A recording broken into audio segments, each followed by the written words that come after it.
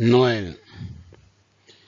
Bien-aimés dans le Christ, nous nous posons la question dans cette vidéo de savoir si Noël est une fête païenne ou une fête chrétienne. Parce qu'en fait, à l'approche des fêtes de Noël et des festivités chrétiennes, beaucoup de personnes nous approchent pour nous faire comprendre que l'Église catholique est idolâtre, que les chrétiens sont idolâtres parce qu'ils font une fête païenne. Et alors, qu'est-ce que ça veut dire Noël pour le chrétien? Est-ce véritablement une fête chrétienne ou une fête païenne? Et si c'est l'un ou l'autre cas, qu'est-ce que ça signifie pour nous aujourd'hui de fêter Noël? Voilà à peu près les objectifs de cette petite réflexion. Les chrétiens ont commencé à fêter, à célébrer Noël, la fête de Noël au IVe siècle, vers les années 340-330. À cette époque, la date du 25 décembre a été choisie comme date pour la fête de Noël, principalement dans le but de la substituer aux fêtes païennes. Il y avait plusieurs fêtes païennes en usage à l'époque qu'on célébrait comme la fête de la renaissance du soleil invaincu, Sol Invictus. Avant la christianisation de l'Occident, elle était appelée Dies Natalis Solis Invicti, donc le jour de la naissance du soleil invaincu, et correspondait donc à ce jour de la naissance du Sol Invictus. La date du 25 décembre a été fixée comme grande fête du soleil invaincu par l'empereur romain Aurélien, qui choisit ainsi comme date le lendemain de la fin des Saturnales, qui correspond aussi au jour de la naissance de la divinité solaire de Mithra. On finissait de célébrer les Saturnales le 23, et le 24, on commençait à célébrer la naissance de Mithra, qui sont tous célébrés comme des divinités solaires de la lumière. La fête de Noël a été donc christianisée. C'est une fête d'abord que les païens célébraient à leur manière, mais les chrétiens l'ont christianisée parce que les chrétiens ont dit non, écoutez, c'est Jésus qui est le soleil du monde. Le véritable soleil du monde, c'est Jésus. Et il est invaincu. Et par là, les chrétiens refusaient de participer et de célébrer comme les païens la réalité du fait qu'il y a un soleil au monde. Il y a un soleil du monde. Ce soleil du monde, c'est Jésus-Christ. Ils refusaient en même temps aussi de se donner aux excès de cette fête. Donc, on peut dire de manière synthétique, ce ne sont pas les chrétiens qui ont inventé Noël. Ce n'est pas Jésus qui a inventé Noël. Mais les païens célébraient déjà une fête qu'ils appelaient Natalis Solis Invictus, Dies Natalis Solis Invicti. Et donc, ils étaient convaincus par cette célébration de célébrer une fête en l'honneur d'une divinité. Mithra d'un côté et Saturne de l'autre. Une divinité des divinités à qui ils devaient l'honneur comme le Dieu invaincu de la lumière. Et les chrétiens ont simplement dit, écoutez, ce n'est ni Mithra, ce n'est ni Saturne, c'est Jésus-Christ, c'est Jésus de Nazareth, donné par Dieu au monde comme soleil du monde. Donc les chrétiens ne rejettent pas l'idée que porte la fête. Il y a un soleil qui illumine le monde, il y a une lumière pour le monde. Et on le verra avec les évangiles de Saint Jean. Et la lumière est venue dans les ténèbres, et les ténèbres l'ont refusé. Et il est venu chez les siens, et les siens ne l'ont pas reçu. Donc les chrétiens disent, oui, d'accord, vous célébrez une réalité, dont la réalité du soleil, mais ce soleil, ce n'est ni Saturne, ni Mithra, c'est Jésus. En fait, les chrétiens, à la lecture de la Bible, Malachie 3, verset 19, et Luc 1, verset 78, considèrent la venue du Christ comme le lever du soleil de justice. La fête de Noël, donc, fête du 25 décembre, célèbre ainsi la naissance de Jésus, soleil de justice. Donc, on ne célèbre pas l'anniversaire. Faisons déjà une petite... soulignons déjà quelque chose. On ne dit pas que c'est l'anniversaire, mais on célèbre la naissance. Et cette fête est liée chez les païens c'était d'abord une victoire de la lumière. Donc, qu'est-ce que les païens célébraient par Noël? C'était la victoire de la lumière. Et nous pouvons voir sur les deux tableaux révèlent la même chose. Le cycle du temps dans l'hémisphère nord, le temps a 4 saisons là-bas. L'été, qui est le temps du soleil, la célébration du soleil. Le printemps et l'automne qui mélangent soleil et nuit. Mais avec le printemps, c'est le retour des fleurs de la vie. L'automne, c'est les fleurs, mais les fleurs qui descendent. Et l'hiver, c'est l'obscurité, c'est le froid, c'est la nuit qui est plus longue que le jour. Déjà, à partir du 23 septembre, c'est l'automne. L'équinoxe d'automne annonce donc les jours de plus en plus courts. Et nous devons dire que le cycle du temps marquait la vie même comme chez nous en Afrique, le cycle du temps marque notre vie. Quand il pleut, on commence à cultiver, on commence à préparer les champs, etc. pour attendre la pluie. Lorsqu'on voit certains insectes, on sait que la saison sèche arrive, on commence à préparer les clés pour sécher les choses. Donc en fait, la nature et les saisons marquent la vie des hommes. Et comme nous pouvons le voir, Noël est un effort d'inculturation. Ça veut dire que quoi? Les chrétiens ont remarqué que les gens, les païens, avaient leur fête. Et au cours de cette fête, ils avaient des exagérations, des orgies, etc. Et ils disent non.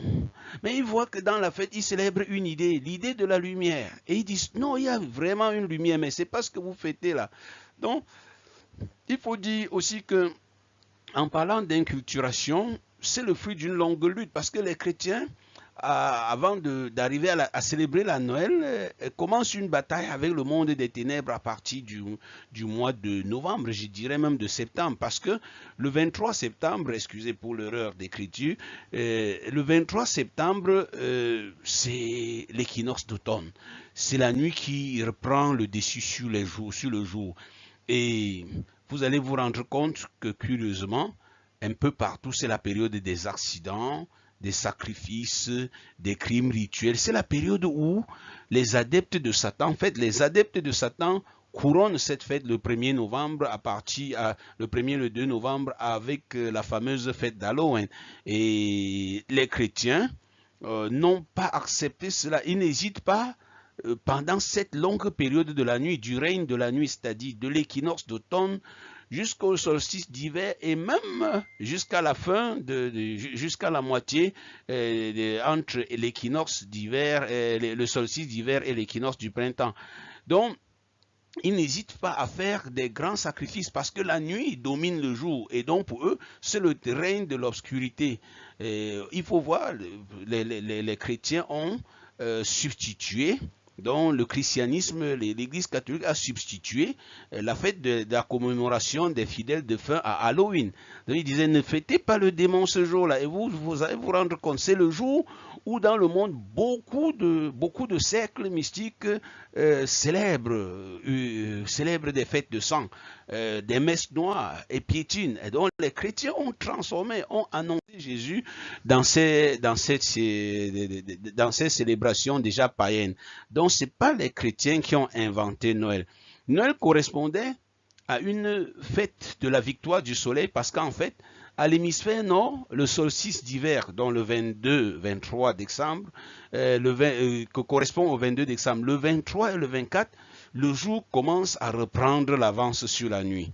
Donc les gens respirent, disent bientôt le soleil va se faire voir, le jour va encore gagner. Les forces de la nuit sont en train de disparaître. Et nous comprenons le fameux chant « Peuple qui marchait dans la longue nuit ». Longue nuit parce que ici, la nuit dure, à cette période, la nuit dure 18 heures et le jour dure 6 heures. 6 heures seulement de soleil et 18 heures. Mais maintenant, avec le solstice d'hiver, il y a le jour qui recommence à prendre le dessus. Le jour qui recommence à prendre la force sur la nuit.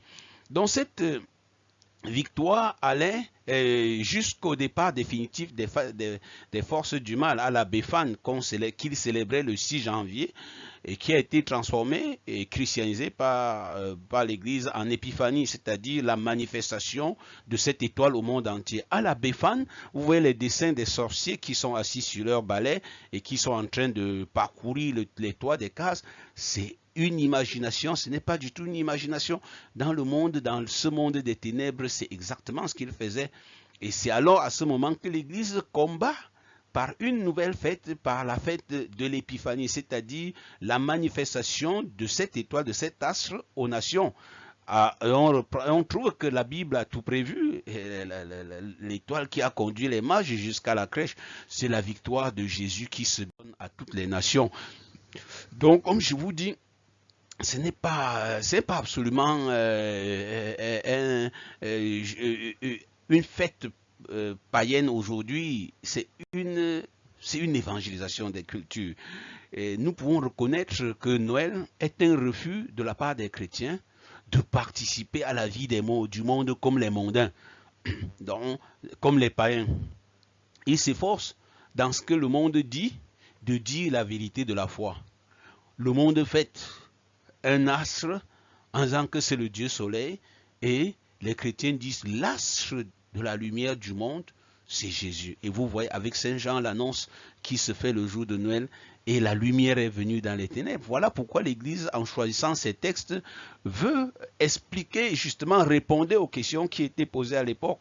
La première affirmation de Noël, cette vieille fête qui était d'abord païenne, c'est que Dieu a visité le monde. Que comme chaque jour, le soleil se lève sur la terre, c'est comme ça que chaque jour, Dieu rend visite au monde et il a habité parmi nous.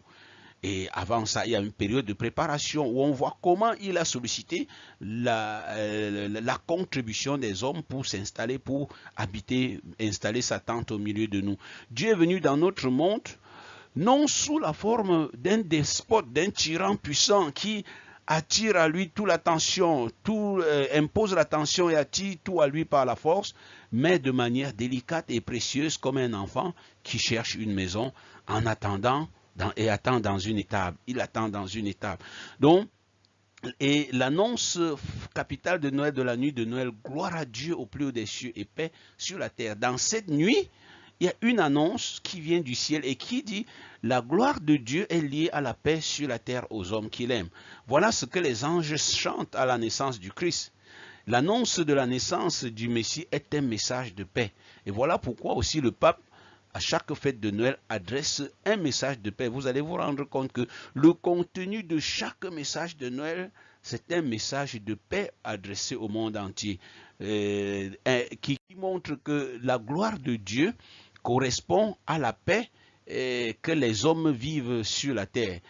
Et donc, Noël, disons-le, n'est pas un anniversaire. L'anniversaire, c'est un terme parfaitement mondain. Oui, nous aimons ça parce qu'on doit fêter, on va manger, on va boire. Et du coup, les sectes, comme les sectes aiment la polémique, ils viennent vous dire, comme vous dites que c'est la célébration de la naissance de Jésus, parce qu'à l'anniversaire, on célèbre, on fête sa naissance, le jour de sa naissance, mais nous célébrons la naissance, nous fêtons le fait que Dieu a donné. Il vient dire que vous célébrez l'anniversaire de Jésus-Christ. Ce n'est pas l'anniversaire de Jésus. Nous commémorons la naissance de Jésus. C'est un fait historique que les chrétiens ont reçu Jésus-Christ historiquement né d'une femme. Et il est né un jour. Nous n'avons pas cherché ce jour-là, mais nous savons, comme tous les jours appartiennent à Dieu, nous choisissons. Et nous choisissons un jour qui correspond à une fête que les gens déjà célébraient de manière comme ça, passagère, pour dire, voilà, le vrai soleil du monde. Donc nous commémorons la naissance de Jésus. Je ne sais pas s'il y a un seul chrétien qui a déjà chanté ce jour-là à l'église « Happy birthday to you ». Non, nous redisons clairement que Dieu nous a donné la lumière du monde. L'unique lumière du monde, le soleil du monde. Et donc, comme notre soleil, il demande aux chrétiens et au monde entier de l'accueillir. La question fondamentale, c'est est-ce que tu l'accueilles dans ta vie ? Ce jour et tous les jours, voilà les questions fondamentales de Noël. Mais attention, attention, Il ne faut pas dire que comme ce sont les sectes qui parlent, on ne doit pas écouter. Les sectes nous disent, rappellent quand même certaines choses très fortes et très évidentes. Aujourd'hui, beaucoup de chrétiens fêtent cette Noël de nouveau comme les païens. C'est-à-dire, tous les efforts qui ont été faits pour christianiser cette fête et l'éloigner des beuveries et de l'adultère ont été annulés. Et aujourd'hui, c'est seulement la fête des beuveries, de l'adultère, des impuretés, du vol, de la violence et de l'oubli de l'autre. Et pourtant, la crèche est une mise en garde. Dans chaque église, on voit la crèche et parfois hors des églises. La crèche nous dit deux choses. C'est que la simplicité, dont la beauté de cette fête est dans la simplicité des cadeaux qu'on offre, des cadeaux qu'on exige, de la fête des enfants et de leur joie, et de notre cœur qui est ouvert à Dieu. Et deuxième chose, attention, les exclus. La crèche nous rappelle que Jésus a été exclu. Et souvent, j'aime entendre les sectes qui mettent en garde en disant les gens vont se boire et se saouler et faire comme les païens. Et réellement, il faut se rappeler de ça. Mais ceci, ce n'est pas pour gâter la fête. Rappelons-nous que Jésus nous apporte la joie. Je vous annonce une joie, une grande joie. Demeurez dans la joie. Demeurez dans la joie. Donc, la mesure, c'est de penser à l'enfant Jésus, à sa simplicité, au cadeau, à la joie, à la famille, de penser aux exclus.